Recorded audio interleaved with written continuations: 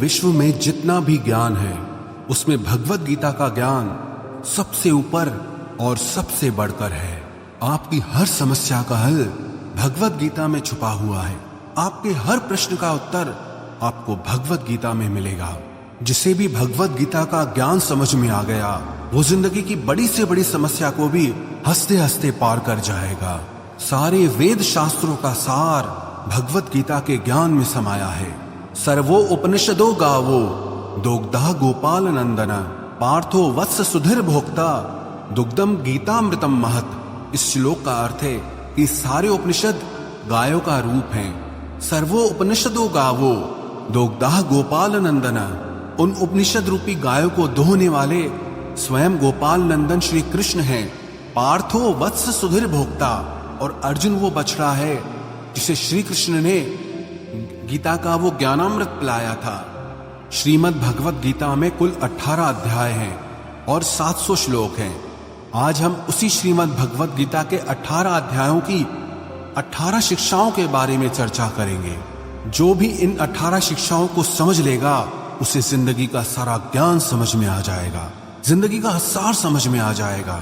श्रीमद् भगवत गीता की पहली शिक्षा यह है कि सच्चा इंसान झूठे इंसान से तब तक नहीं जीत सकता जब तक वो झूठ, अन्याय और गलत के खिलाफ खुद लड़ने के लिए खड़ा नहीं होता।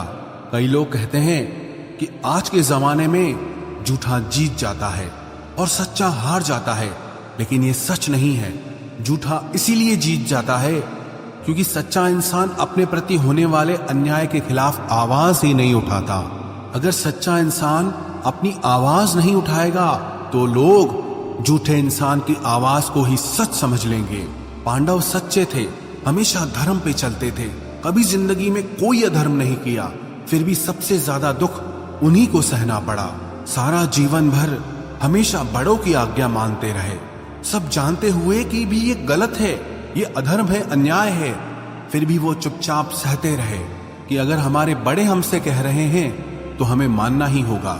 बचपन से लेकर उन्हें हमेशा अधर्म और अन्याय का ही सामना करना पड़ा, जबकि उन्होंने कभी कुछ गलत काम नहीं किया, हमेशा सच के रास्ते पर चले, लेकिन फिर भी बदले में उन्हें सिर्फ दुख ही मिला, तकलीफ ही मिली। उसका कारण ये था कि वो अपने प्रति होने वाले अन्याय को, अधर्म को हमेशा चुपचाप सह लेते थे।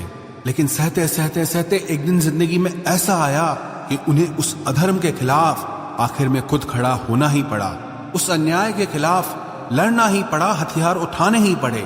अगर वो उस अन्याय के खिलाफ, अधर्म के खिलाफ लड़ते नहीं तो शायद उन्हें कभी न्याय मिलता ही नहीं।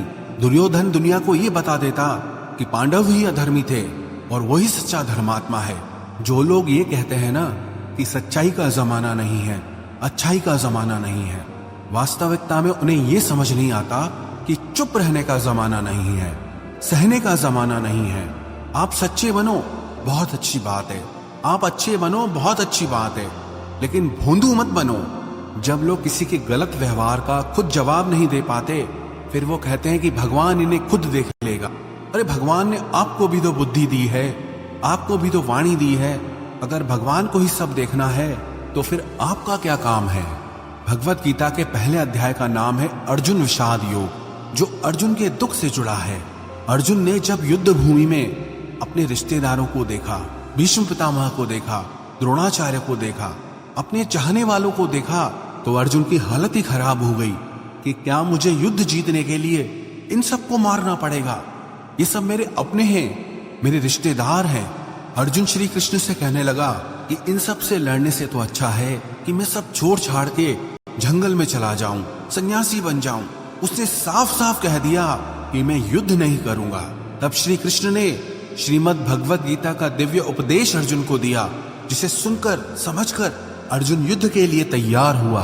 श्री कृष्ण ने अर्जुन को समझाया, अगर तुम अधर्म के खिलाफ नहीं लड़ोगे तो तुम भी अधर्मी कहलाओगे और दुर्योधन का ये अधर्म समाज में और बढ़ता रहेगा। पापी को ताकत तभी मिलती है जब पुण्य करने वाला उसे चुपचाप सह लेता है। वास्तविकता में ये महाभारत की कहानी हम सब की कहानी है।